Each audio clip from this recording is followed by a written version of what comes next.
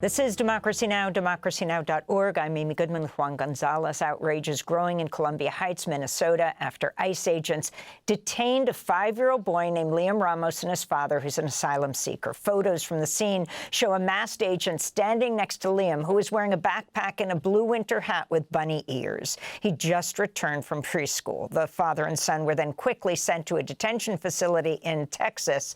On Thursday, Vice President J.D. Vance went to Minneapolis and defended ICE for targeting the boy's father and detaining the preschooler.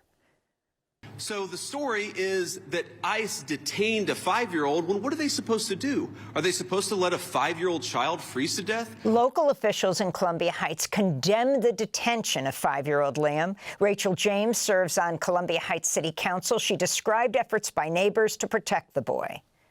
I heard one neighbor say, I live in this house. I'm part of this family. I can take him. Let him come to me. I heard another neighbor on the other side say, I have the forms. His mom signed the forms. Let me have him. I know him. I know him. I kept saying, stop, wait. He can go with us. He can go with the teachers. And then they took him over to the car, and he was just standing there. And then they quickly put him in the back seat and drove away. On Thursday, the lawyer for the Ramos family, Mark Prokash, said Liam and his father had come to the U.S. in 2024 from Ecuador to seek asylum. Liam and his dad did enter the United States at a port of entry to seek asylum through the CBP-1 app at the Brownsville border crossing. So they did everything right when they came in. They used the app, they made an appointment, they came to the border and presented themselves to Customs and Border Patrol. They've shared all of their information with the government, and they were following the process. They were just trying to secure safety and persecution for their family from their home country. But ICE didn't care about the fact that they had those pending claims and then just arrested them. This comes as hundreds of businesses are expected to close today as part of an economic blackout to protest the surge of ICE agents in Minnesota. We'll talk more about that in a minute. But first, we're getting an update on how the prominent Minneapolis civil rights attorney, activist, and ordained minister Nekima Levy Armstrong and 2 others were arrested on federal charges for their role in peacefully protesting inside a St. Paul church where one of the pastors, David Easterwood, also leads the local ICE field office in the Twin Cities area.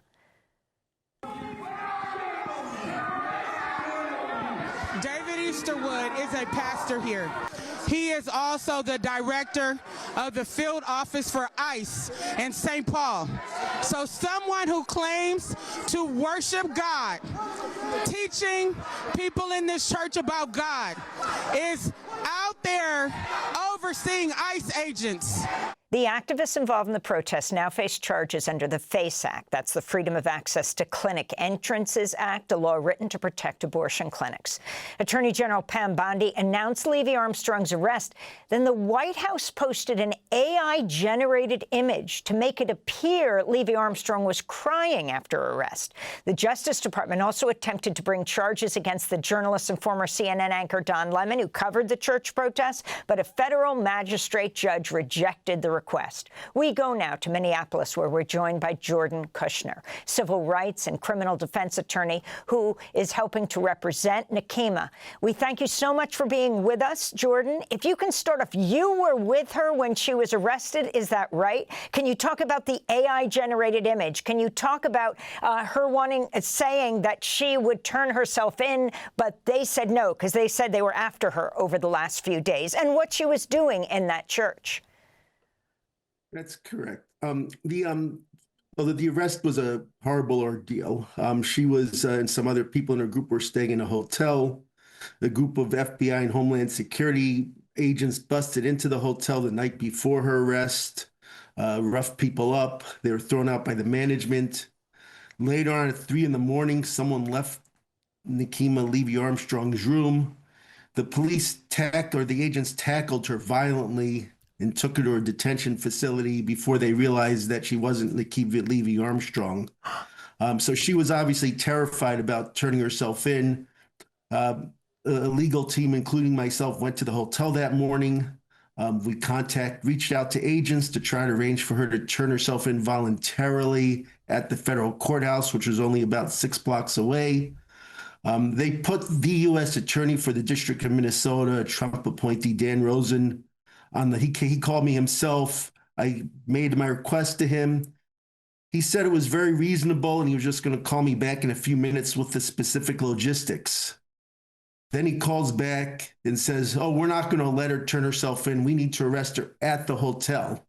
So she needs to voluntarily leave the hotel room and turn herself in." So after he talked to his bosses in D.C., he had completely reneged on his commitment. They then sent agents up there to the hotel room to arrest her. One of the agents was filming the arrest. As they put her in handcuffs, he was filming it on his cell phone. I've never seen anything like that. They have body cameras. This was completely unprofessional. He said he was just doing it because of instructions, and he promised it wasn't going to go on Twitter. Nevertheless, it went on Twitter. It went on the Department of Justice's Twitter, so this was their trophy. And then, as you said, the White House subsequently altered the video to make it look like she was crying.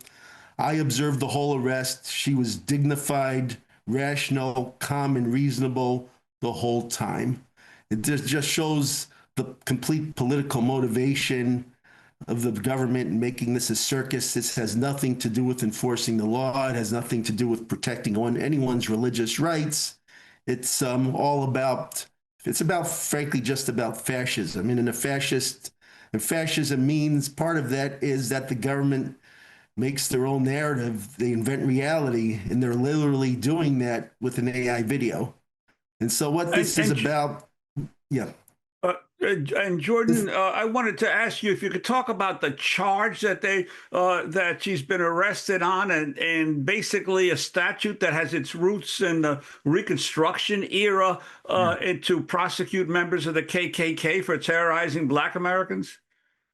Yeah, she's charged with conspiracy to violate civil rights, or excuse me, conspiracy to violate constitutional rights of other people. Namely, the claim is that by protesters going into a church to raise objections to how this church conducted its business, with Nekima Levy Armstrong being a reverend herself, that somehow deprived the people in the church of their right to freedom of worship. It is a farce. It was passed to really protect people's constitutional rights. That's what she's charged with. The government also sought to charge her with another offense under the FACE Act, which involved, obstruction of someone else's exercise of the religious practices. The magistrate refused to sign on to that charge. So we're left with the conspiracy to violate constitutional rights. This was an exercise of free speech. They were exercising their own constitutional rights. It's unheard of for people to be charged with a criminal offense for a free speech protest like that. That's a legal, peaceful protest. Jordan, yeah. I was just watching Right Reverend Craig Loya, who's the 10th Bishop of the Episcopal Church in Minnesota. He talked about what's happening, the immigration crackdown, as a campaign of reckless cruelty. He refused to condemn what Nekima had done, said that it's time, and we've seen this with the Catholic bishops as well, saying it's time for us to, he said, put our bodies on the line. I want to end just by saying we wanted to have Nekima on this morning, but she's still not out of jail. We have 10 seconds. Yeah, the magistrate ordered her release. The government did a maneuver where they appealed. So it's being reviewed by a judge and waiting for a judge decision about whether she's going to be released. So the government used more manipulative tactics to keep her in jail when there was no basis whatsoever. No one is detained on a case like this. I want to thank you very much for being with us. Others arrested included Chantil Louisa Allen, a St. Paul school board member, and activist William Kelly. Jordan Kushner, thanks so much for being with us. Civil rights and criminal defense attorney representing Nekima Levy Armstrong, who's still in jail after being arrested last Sunday, after being arrested yesterday for peacefully protesting a St. Paul church Sunday, where a top ICE official serves as a pastor. Thanks for watching Democracy Now! On YouTube. Subscribe to the channel and turn on notifications to make sure you never miss a video. And for more of our audience-supported journalism, go to democracynow.org, where you can download our news app, sign up for our newsletter, subscribe to the daily podcast, and so much more.